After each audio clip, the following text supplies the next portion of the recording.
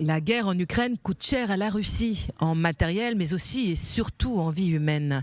D'après le porte-parole de la Maison-Blanche, John Kirby, 20 000 Russes ont été tués depuis le début de l'invasion. La moitié combattait au sein du groupe paramilitaire Wagner. Wagner qui, par la voix de Evgeny Prigojine, menacerait même de se retirer de Bakhmout. Au cours des derniers mois, la bataille de Bakhmout est devenue le pivot d'un conflit qui connaît peu de changements sur les lignes de front. Kiev et Moscou cherchent tous les deux le moyen d'enregistrer une percée dans la région. Si les Russes ont fait quelques progrès, ils n'ont jusque-là pas été en mesure de s'emparer d'un véritable territoire stratégique et significatif. Les défenses de l'Ukraine restent solides. Kiev estime avoir repoussé plus de 36 attaques sur la ligne de front orientale, même si la situation reste difficile. Équipé de blindés modernes, Kiev se dit prête à monter une contre-offensive pour reprendre les territoires occupés à l'est et au sud du pays. Le chef du groupe Wagner déclare que ces hommes qui combattent manquent de munitions et prévient qu'une contre-offensive ukrainienne pourrait représenter une tragédie pour la Russie. Du côté de Moscou, on se prépare à la riposte en cas d'attaque sur son territoire.